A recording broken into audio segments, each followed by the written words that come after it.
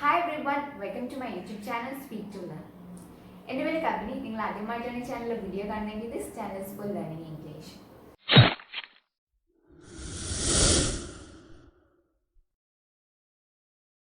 അപ്പോൾ ഇനി ഞാൻ പുതിയൊരു ടോപ്പിക്കായിട്ടാണ് വന്നിരിക്കുന്നത്.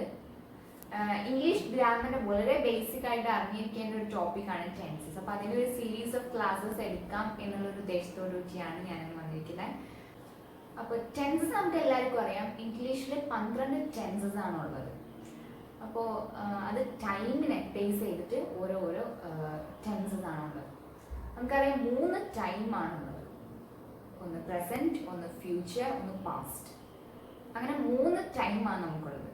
അപ്പോൾ ഈ 3 ടൈമിനെ 4 കാറ്റഗറീസ് ആക്കി മാറ്റിയിട്ട് 3ലും 4 കാറ്റഗറീസ് ഉണ്ട്. അങ്ങനെ ഒരു 12 ടെൻസസ് ആണ് ഇംഗ്ലീഷിലുള്ളത്. അപ്പോൾ ഓരോന്നിനും അതിൻ്റെതായ റൂൾസ് ഉണ്ട്. ഓരോ ടൈമിനനുസരിച്ചിട്ട് സെൻറ്റൻസസ് എക്സ്പ്രസ് ചെയ്യുന്ന രീതി മാറും.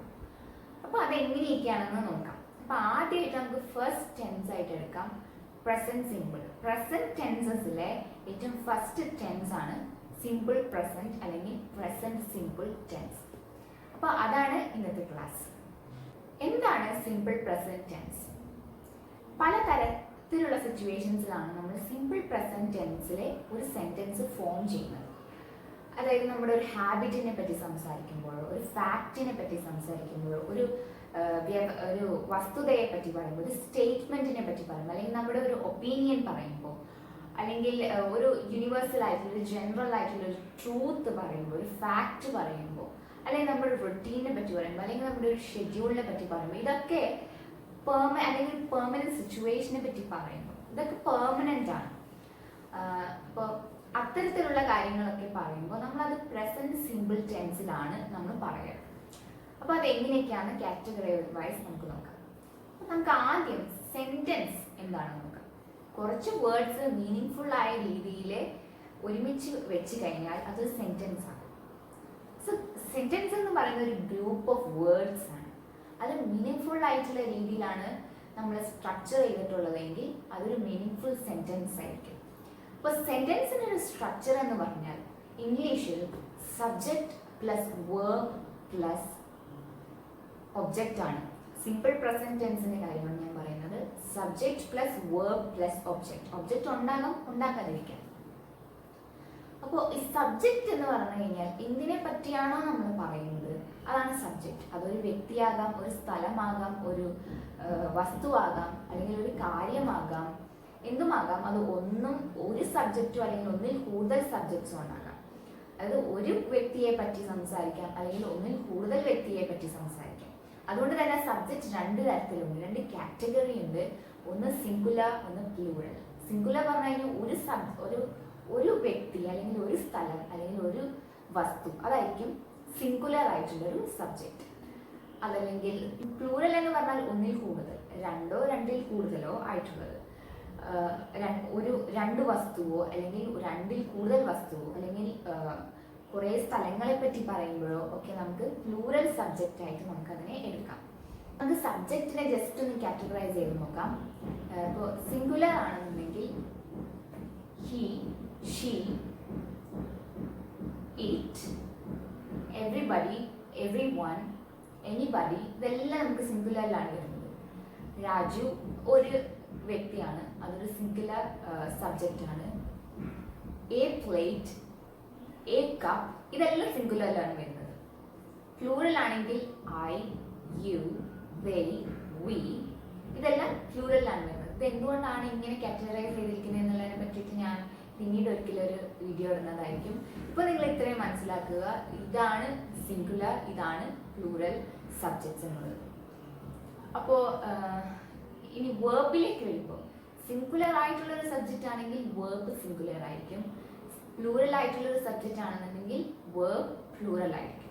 കുറച്ച് കാറ്റഗറീസ് ഓഫ് വേർബ് ഏതൊക്കെയാണെന്ന് നോക്കാം. ഈസ് ഓർ ആർ, ഇതൊരു കാറ്റഗറി ഓഫ് വേർബ് ആണ്. ഈസ് ഓർ ആർ എന്ന് പറഞ്ഞു കഴിഞ്ഞാൽ ആണ് എന്നുള്ളൊരു അർത്ഥമാണ്.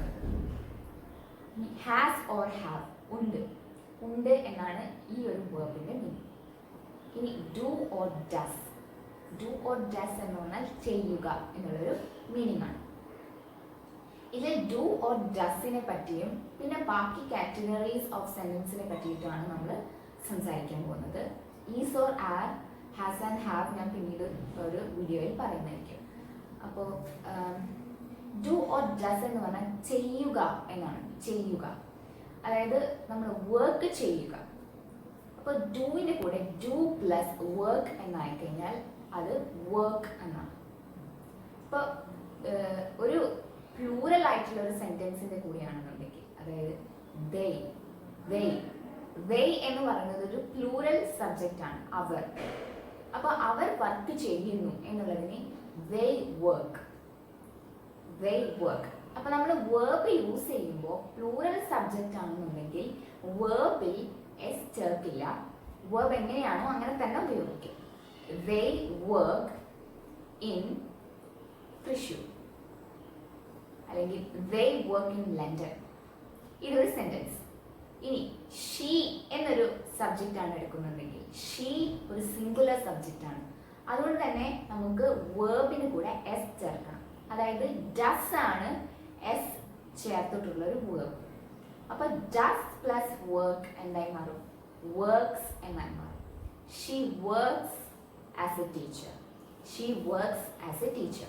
അപ്പൊ നിങ്ങൾക്ക് മനസ്സിലായി തോന്നുന്നു, നമ്മൾ സിംഗുലർ ആയിട്ടുള്ള ഒരു സബ്ജക്റ്റ് ആണെന്നുണ്ടെങ്കിൽ വർക്ക്സ് അല്ലെങ്കിൽ പ്ലേസ് എന്നായി മാറും. എസ് ചേർത്ത വേർബ് ആയിരിക്കും നമ്മൾ അവിടെ യൂസ് ചെയ്യുന്നത്. അത് പ്ലൂറൽ സബ്ജക്റ്റ് ആണെന്നുണ്ടെങ്കിൽ നമ്മൾ എസ് ചേർക്കാത്ത വേർബ് ആയിരിക്കും അതുണ്ടാകുന്നത്. അപ്പൊ ഈ എസ് ചേർക്കാത്ത വേർബ് അത് ഒരു ആക്ടിവിറ്റിയെ പറ്റിയാണ് ഞാൻ പറയുന്നത്. വർക്ക് ചെയ്യുക അല്ലെങ്കിൽ കളിക്കുക, പ്ലേ ചെയ്യുക എന്നൊക്കെയുള്ളത് അതൊരു ആക്ടിവിറ്റിയാണ്. ചെയ്യുന്നുണ്ട്, നമ്മൾ ഒരു പ്രവൃത്തി ചെയ്യുന്നുണ്ട്. അതാണ് ഡു ഓർ ഡസ്. അത് പ്ലൂറൽ ആണെങ്കിൽ ഡു, അതായത് എസ് ചേർക്കാത്ത വേർബ് ആയിരിക്കും. അപ്പോൾ ഈ പ്ലേ എന്ന് പറഞ്ഞാൽ ശരിക്കും അവിടെ ഡു ഉണ്ട്. ഡു പ്ലസ് പ്ലേ ആണ് പ്ലേ എന്ന് പറയുന്നത്. പ്ലേസ് എന്ന് പറഞ്ഞു കഴിഞ്ഞാൽ ഡസ് പ്ലസ് പ്ലേ ആണ്. അപ്പൊ നമുക്ക് ഇതിനൊന്ന് കാറ്റഗറി വൈസ് നോക്കാം. ഫസ്റ്റ് കാറ്റഗറി എന്ന് പറഞ്ഞാൽ പെർമനന്റ് സിറ്റുവേഷൻസ് ആണ്. അതായത് എപ്പോഴും ആ ഒരു കാര്യം അങ്ങനെ തന്നെ ആയിരിക്കും. ഇപ്പൊ ഞാൻ എന്നും സ്കൂളിൽ പോകും എന്നുള്ളത് ഒരു പെർമനന്റ് സിറ്റുവേഷൻ ആണ്. I go to school every day. ഞാൻ എന്നും സ്കൂളിൽ പോകും. അവിടെ ഗോ എന്നുള്ളതാണ് നമ്മുടെ പ്രവൃത്തി, പോവുക എന്നുള്ളത്. അത് എന്നും പോകുന്നുണ്ട്. അത് ഒരു പെർമനന്റ് ആയിട്ടുള്ള സിറ്റുവേഷൻ ആണ്. പിന്നെ ഐ എന്ന് പറയുന്നത് ഒരു പ്ലൂറൽ സബ്ജക്റ്റ് ആയതുകൊണ്ട് ഗോ എന്ന് യൂസ് ചെയ്യും. ഗോ അവിടെ നമ്മൾ ഗോസ് എന്ന് പറയുന്നില്ല. She goes to school every day. ഇവിടെ ഷീ സിംഗുലർ സബ്ജക്റ്റ് ആണ്, അതുകൊണ്ട് തന്നെ ഗോസ് എന്നാണ് യൂസ് ചെയ്യുന്നത്. അപ്പൊ ഈ ഗോസ് എന്നുള്ളത് ഡസ് പ്ലസ് ഗോ ആണ്. ഗോ എന്നുള്ളത് ഡു പ്ലസ് ഗോ. അതവിടെ ഇംഗ്ലൈഡ് ആണ്. ഡു അവിടെ ഇംഗ്ലൈഡ് ആണ്, അവിടെ ഉണ്ട് ആ ഡു. ഇനി മറ്റൊരു സെന്റൻസ് നോക്കാം. ഇപ്പൊ ഞാൻ തൃശ്ശൂരാണ് താമസിക്കുന്നത്. I live in Thrissur. ഇതൊരു പെർമനന്റ് സിറ്റുവേഷൻ ആണ്. He works as A teacher. അവൻ ഒരു ടീച്ചറായിട്ട് വർക്ക് ചെയ്യുന്നു. അപ്പോൾ ഹി ഒരു സിംഗുലർ സബ്ജക്റ്റ് ആയതുകൊണ്ട് നമ്മൾ വർക്ക്സ് എന്ന് യൂസ് ചെയ്യുന്നു. അപ്പൊ പെർമനന്റ് സിറ്റുവേഷൻ എന്താണെന്ന് മനസ്സിലായെന്ന് ഞാൻ വിചാരിക്കുന്നു. അടുത്ത കാറ്റഗറി നോക്കാം. ഹാബിറ്റ് ആൻഡ് റൊട്ടീൻസ് എന്ന് നോക്കാം. I wake up at 6 a.m. ഇവിടെ ഐ എന്നുള്ള സബ്ജക്റ്റ് ആയതുകൊണ്ട് നമ്മൾ I wake up at 6 a.m. എന്ന് പറയും. ഇനി ഹി ആണെങ്കിൽ he wakes up at 6 a.m. in the morning. ഇതൊരു ഹാബിറ്റ് ആണ്, അതിന് മാറ്റം വരുന്നില്ല. നമ്മൾ എന്നും ചെയ്തുകൊണ്ടിരിക്കുന്ന ഒരു കാര്യമാണ്. അതുകൊണ്ടാണ് നമ്മൾ അതിനെ പ്രസന്റ് സിമ്പിൾ ടെൻസിൽ യൂസ് ചെയ്യുന്നത്. അതുപോലെ നമ്മുടെ ഒരു ഹോബിയെ പറ്റി പറയുകയാണെങ്കിൽ ഐ പ്ലേ ഫുട്ബോൾ. ഞാൻ ഫുട്ബോൾ കളിക്കും. ഇനി അതൊരു സിംഗുലർ സബ്ജക്റ്റ് യൂസ് ചെയ്തിട്ടാണ് പറയുന്നതെങ്കിൽ രാജു ട്രാവൽസ് അ ലോട്ട്. രാജു ഒരുപാട് യാത്രകൾ ചെയ്യും. അതൊരു ഹോബിയാണ്, അതുകൊണ്ട് നമ്മൾ ആ ഒരു കാറ്റഗറിയിൽ അത് പറയുന്നു. ഇപ്പൊ രാജു സിംഗുലർ സബ്ജക്റ്റ് ആയതുകൊണ്ട് നമ്മൾ ട്രാവൽസ് യൂസ് ചെയ്യുന്നു. ട്രാവൽസ് വേർബിന്റെ കൂടെ ഒരു എസ് ചേർത്തിട്ടാണ് നമ്മൾ പറയുക. അടുത്ത ഒരു കാറ്റഗറി നോക്കാം. Facts. General truth or facts.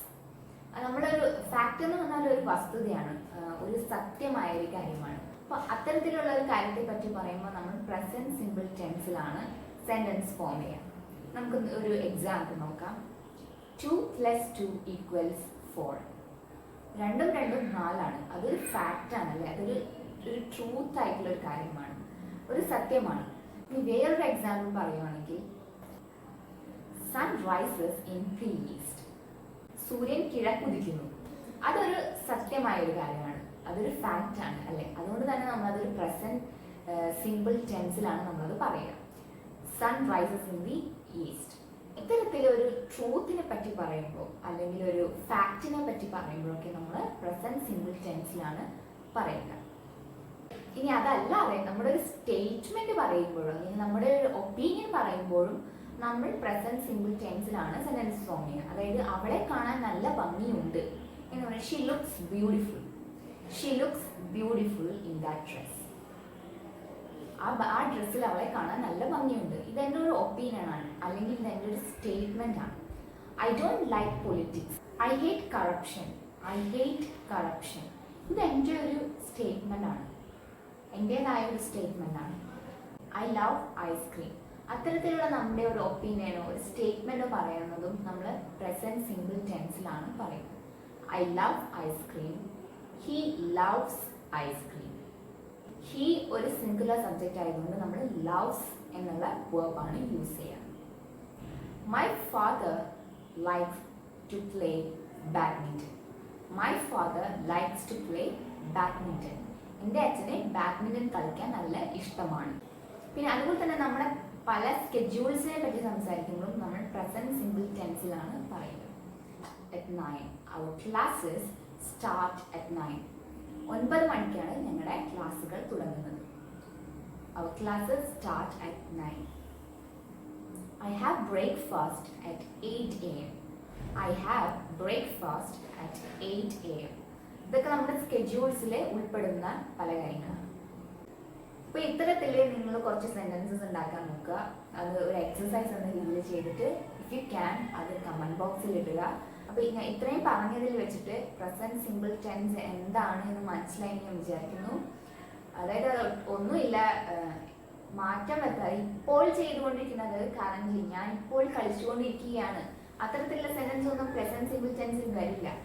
നമ്മളൊരു സ്റ്റേറ്റ്മെന്റോ അല്ലെങ്കിൽ നമ്മുടെ ഒരു ഹാബിറ്റിനെ പറ്റിയോ അല്ലെങ്കിൽ നമ്മുടെ ഒരു ഒപ്പീനിയനെ പറ്റിയോ അല്ലെങ്കിൽ നമ്മുടെ എപ്പോഴും ചെയ്തുകൊണ്ടിരിക്കുന്ന ഒരു കാര്യത്തെ പറ്റിയൊക്കെ സംസാരിക്കുമ്പോൾ നമ്മളത് പ്രസന്റ് സിമ്പിൾ ടെൻസിലേക്ക് ആക്കി പറയുന്നു. അപ്പോൾ ഇതുവരെ ഞാൻ പറഞ്ഞതൊക്കെ നിങ്ങൾക്ക് മനസ്സിലായി ഞാൻ വിചാരിക്കുന്നു. എന്തെങ്കിലും ഡൗട്ട്സ് ഉണ്ടെങ്കിൽ നിങ്ങൾ കമൻറ്റ് ബോക്സിൽ ഇടുക, ഞാനത് ക്ലിയർ ചെയ്യുന്നതായിരിക്കും. അപ്പോൾ അൺടിൽ ദെൻ ബൈ.